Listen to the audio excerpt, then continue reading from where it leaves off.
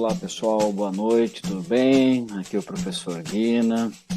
Estamos hoje aqui mais uma vez para falar, sobre literatura. Nós vamos hoje abordar aí um pouquinho da literatura de cordel. Uma literatura que é popular, que é muito gostoso de se trabalhar com ela, ok? Então hoje nós vamos aprender o que é um verso, o que é uma estrofe, como que se compõe, uma literatura de cordel, por que ela recebe esse nome e quem foi aí o responsável, por difundir essa literatura para o Brasil inteiro, ok? Vamos lá? Então, seja bem-vindo a essa aula de literatura e português. Bom, quando nós falamos de literatura, primeiramente nós temos que entender um pouquinho aí o que essa palavra quer dizer, O que a palavra literatura traz de significado junto dela, junto dessa escrita. Então, quando nós analisamos a palavra literatura, nós podemos perceber que ela é originária do latim, e no latim significava litera, ou seja, ela traz consigo aí, o significado de letra. Então, literatura em latim era litera, e litera, por sua vez, significa letra. Então, a literatura é uma das manifestações artísticas do ser humano, e ela está aí ao lado da música, da dança, do teatro, da escultura, da arquitetura e dentre outras inúmeras formas aí de manifestação da arte, da cultura, Então, ela apresenta a comunicação, ela representa aí a comunicação, a linguagem, a criatividade, sendo considerada, então, a arte por meio das letras. Então, literatura, na verdade, quando nós ouvirmos aí a palavra literatura, nós estamos diante da arte que é realizada por meio das palavras, ok? Então, vamos continuar aqui. Muito bem. Resumindo tudo isso que nós falamos até agora, em outras palavras, podemos dizer que a literatura é, portanto, uma manifestação artística. E essa manifestação artística aí, ela vai ser construída em prosa ou em verso, tá? Então, essas duas classificações aí da estrutura de uma arte, ou de uma literatura em si, de uma manifestação artística, nós veremos daqui a pouquinho, que são esses dois meios, ou seja, a prosa e o verso, ok? Bom, então, quando nós falamos aí desta forma de arte, nós temos que nos remetermos aí a uma ideia antiga, que se utiliza aí das palavras para criar a arte, ou seja, a matéria-prima da literatura são as palavras, tal qual a tinta, é também a matéria-prima para o pintor, ok? Então, quando eu tenho um autor, um poeta, nós estamos diante aí de uma pessoa que vai transformar as palavras em arte, em beleza, e isso se dá por meio da literatura, ok? A literatura pode ser representada de duas formas estruturais. Então, quando nós pensamos na elaboração dessa arte por meio da literatura, nós temos que pensar em qual estrutura nós iremos utilizar para essa confecção. A prosa tem o verso, ok? Mais comuns, na literatura, seja na literatura de cordel, ou seja na literatura erudita, que é a literatura mais elaborada, são essas duas aqui. Então, eu tenho a prosa e tenho o verso, ok? Então, quando eu falo de literatura, quando eu vou para a parte estrutural da literatura, eu preciso saber, eu preciso estar diante aí de duas formas estruturais. A primeira é a prosa e a segunda é o verso. Quando eu falo de texto escrito em prosa, eu tenho que lembrar que prosa é o texto escrito no estilo natural, sem a sujeição a rima, ritmo, gramática, aliterações ou números de sílabas. Então, tudo isso que eu falei é uma característica do texto em prosa, ok? A prosa é o estilo mais utilizado na linguagem do cotidiano para expressar o pensamento. Em resumo, o nosso texto corrido, ou seja, a forma a qual nós escrevemos. Então, se nós pararmos para pensar aí um pouquinho no que é a prosa é a forma mais normal, mais comum de se utilizar na escrita.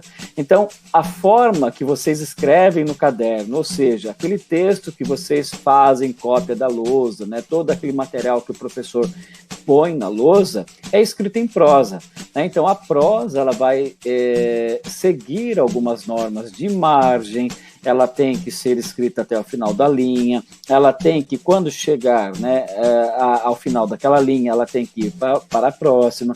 Então, todas essas características aí, né, são textos escritos em prosa. Se nós analisarmos esse texto que está explicando o texto escrito em prosa, ou seja, esse que está aí na tela do computador de vocês, ou celular, enfim, né, é um texto escrito em prosa. Ou seja, ele começa aqui do lado esquerdo e vai até o final da linha, lá no lado direito. Isso é o texto escrito em prosa, ok? Vejamos, então, o texto escrito em verso. Verso é cada linha que irá compor uma estrofe. Então, quando eu estou diante de uma estrofe, eu estou diante aí de um conjuntinho de versos, ok? E aí, quando eu falo também da arte, né, de literatura, a gente já entendeu que literatura é a arte de escrever, e se a arte, ela não segue muitos padrões, né? Então, quando eu me preparo para escrever uma literatura, seja de cordel ou seja uma literatura mais erudita, eu estou diante aí de uma, eu diria, de uma sensibilidade minha, né? Então eu, enquanto autor de literatura, enquanto autor de poemas, de versos, estrofes, enfim, eu fico, né, fica a ideia do autor, ou seja, ele é quem vai definir como ele vai escrever esses versos, ok? Então, voltando aqui, verso é cada linha que irá compor a estrofe. Esta é definida na poesia moderna como cada uma das seções que constituem um poema, ou seja, cada agrupamento de versos, rimados ou não, com uma unidade de conteúdo e de ritmo. Bom, vamos ver como isso vai acontecer na prática. Então, o texto escrito em prosa é o texto escrito natural. Então, percebam que nesse detalhe que eu coloco na tela de vocês, né, ou seja, esse exemplo, eu tenho aí um texto escrito em prosa, né? Então, perceba que ele tem uma margem, olha só, eu tenho aqui uma margem, né, para início dessa frase aqui, e ela vai até o final. Olha só, ela vem até o final, né, de onde eu conseguiria escrever. Acaba aquela linha, eu vou para a outra, e assim vai sucessivamente até finalizar esse parágrafo com o ponto final. Vou para outra linha, novamente eu dou um espaço da margem e vou até o final da linha e finalizo o meu texto quando chegar aqui né, ao final da minha ideia com o ponto final, ok? Olha só como que o texto em prosa ele vai se diferenciar de um texto escrito em verso, né, composto aí por estrofes e tudo mais. Então veja só, nós falamos que o texto escrito em verso ele fica aí definido pelo autor, ele fica definido aí pelo seu criador. E o criador, ele não tem que respeitar muitas ideias, né? Ele não tem que respeitar aí muitas situações de métrica ou de parágrafo ou de outras situações, ok? Então, cabe ao autor definir como ele vai escrever. Então, veja esse texto aqui, né, escrito em versos, e olha só o que eu tenho ali. Pássaro em vertical. Cantava o pássaro e voava. Cantava para lá, voava para cá, voava o pássaro e cantava. De repente, um tiro seco. Penas fofas, leves plumas, mole espuma. Então veja que cada linha, né, desse texto aqui é um verso. mesmo somente quando há uma palavrinha, como nestes casos aqui, ok? Então perceba que ele está diferente deste daqui, né? O texto em verso, ele está diferentemente do texto escrito em prosa, ok? Então veja que aqui neste caso eu tenho 1, 2, 3, 4, 5, 6, 7, 8, 9, 10, 11, 12 versos. Né? E se eu fosse contar estrofes, seria somente uma estrofe, porque para eu ter uma estrofe ou duas estrofes, eu preciso ter um espaço em branco, ok? Entre essas estrofes. Nós vamos ver isso com mais nitidez no próximo exemplo que eu tenho aqui para vocês. Então, olha só o que eu tenho. O que é cordel? Isso daqui já é um texto, né? É um verso, um poema, né? E ele está estruturado em versos. Então, olha só aqui. Eu falei que verso é cada linha que vai compor aí, né? Esse texto, este poema. Então, se nós contássemos aqui, né, a quantidade de versos, eu teria vários versos. Então, vamos contar. Ó.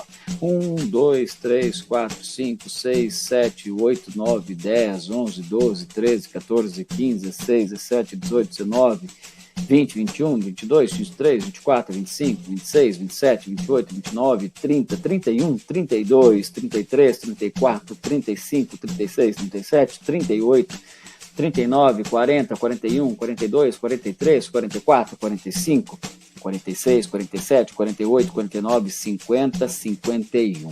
Então veja que eu tenho 51 versos, tá? 51 versos eu tenho neste poema. Então olha só, eu tenho 51 versos.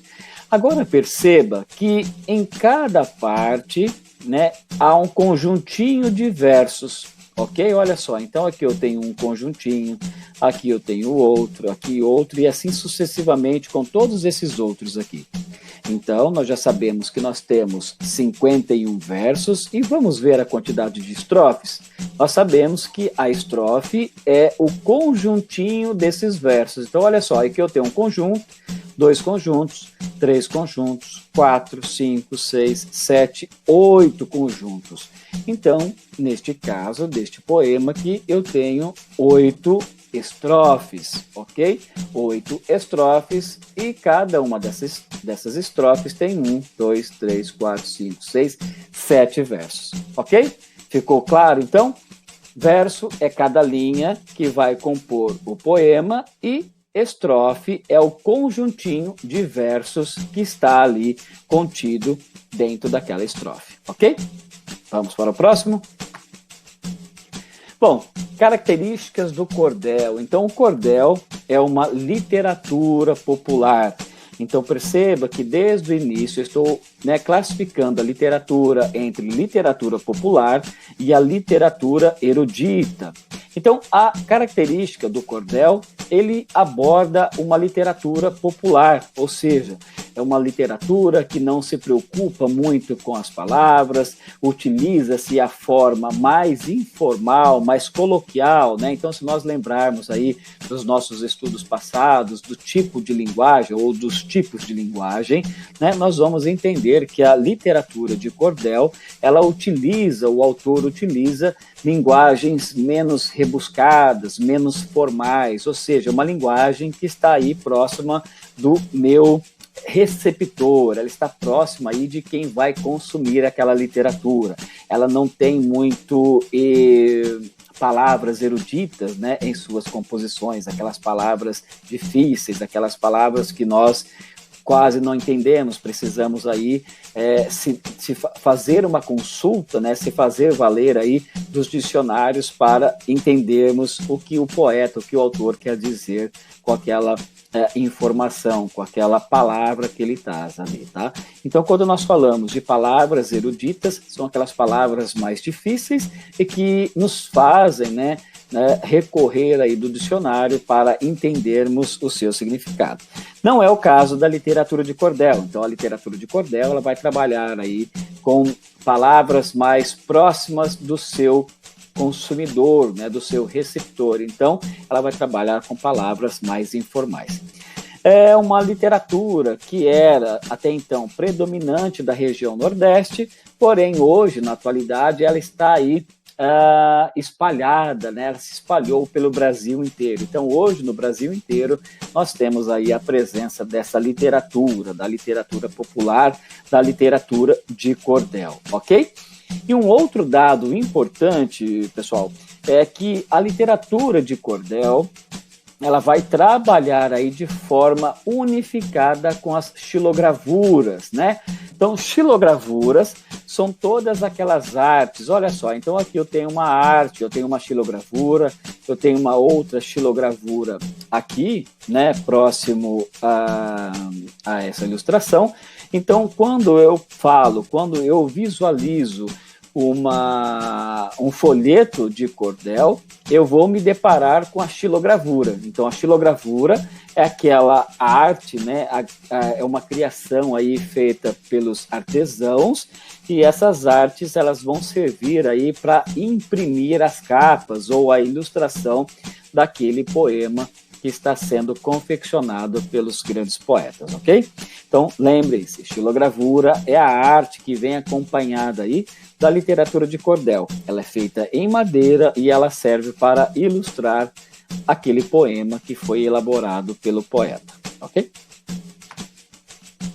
Olha só um pouquinho da origem, né? Como que a literatura de cordel chegou ao país. Então, segundo os dados históricos, há notícias de que a existência do cordel vai estar ali em Portugal, na Espanha, França. Olha só uma xilogravura passando aí embaixo do nosso vídeo, né? De uma caravela. Então, isso é uma xilogravura, ela está ilustrando o que eu estou comentando com vocês, ou seja, a chegada da literatura de cordel, ela vai acontecer, né? Ela vai se deparar aqui no Brasil por meio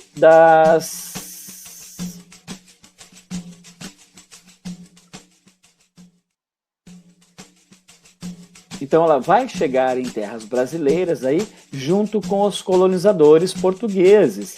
Então, após isso, né, então ela já existia, mesmo antes do descobrimento do Brasil, a literatura de cordel já existia em Portugal, já existia na França, na Espanha, e ela acaba chegando aqui ao Brasil, né, por meio dos colonizadores portugueses, e depois houve uma pessoa que foi responsável aí por difundir essa literatura primeiramente para o Nordeste, né, do Brasil, a região Nordeste do Brasil, e depois, consequentemente, aí vai se dividir, vai se propagar aí para o restante do país, ok? Então, esse poeta era o chamado, né, poeta do Pombal, mas também conhecido como Leandro Gomes de Barros. Então, Leandro Gomes de Barros, lá em 1893, ele começa a pegar gosto pela literatura de cordel e depois ele faz aí algumas publicações importantíssimas acerca aí deste tema, né? Confeccionando a literatura de cordel e fazendo com que essa ideia, né, com que essa literatura chegasse até o seu povo. Bom, vamos falar então um pouquinho agora de Leandro Gomes de Barros. Leandro Gomes de Barros nasceu no dia 19 de novembro de 1865, em Pombal, na Paraíba, e vai falecer no dia 4 de março de 1918, lá no Recife, Pernambuco. Então aqui nós temos um cordel que vai falar um pouquinho aí de como era o Leandro Gomes de Barros. Lembre-se que eu tenho várias xilogravuras que estão ilustrando aí todos os nossos slides, e isso é para que vocês percebam a importância dela, né? O quanto ela traz aí de ilustração para as nossas explicações. Então, esse cordel que tem aqui, que vai falar sobre o Leandro Gomes de Barros, diz assim: a cabeça um tanto grande, bem redonda, o nariz afilado, um pouco grosso, as orelhas não são muito pequenas, beiço fino e não tem quase pescoço. Tem a fala um pouco fina, voz sem som, cor branca e altura regular, pouca barba, bigode fino e louro, cabeleiro um tanto quanto ao andar. Olhos grandes, bens azuis, tem cor do mar. Corpo mole, mas não é tipo esquisito. Tem pessoa que o acham muito feio, mas a mamãe, quando viu, achou bonito. Então perceba que nessa literatura aí, eu utilizei a literatura de cordel para falar de uma personagem, de um autor muito importante aí para a literatura brasileira.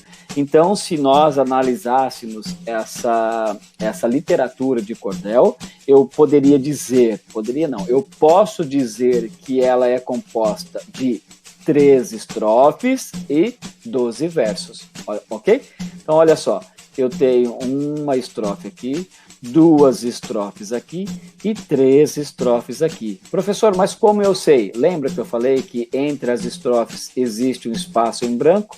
Isso aqui vai definir a ruptura, né, de uma estrofe para a outra, ok? Muito bem, gente. Então, resumindo um pouquinho aí, a literatura de cordel, ela tem que ser composta de estrofes, de versos, de rimas, e a leitura da literatura de cordel, nós vamos chamá-las aí de declamação, tá? Então, quando eu falar de declamar uma literatura, de declamar um poema, eu estou falando aí da realização da leitura desse poema, dessa poesia, ok? Então, eu declamo poesias, eu declamo poemas, e quando eu falar em declamar, eu estou me referindo à leitura dessa literatura, dessa arte, ok? É isso, espero que vocês tenham compreendido um pouquinho aí da literatura, a importância da xilogravura, a importância de compreender como eu vou, né, diferenciar aí o texto escrito em prosa, o texto escrito em verso, ok? Boa aula a todos, e se surgir alguma dúvida, por favor, me pergunte. Até mais!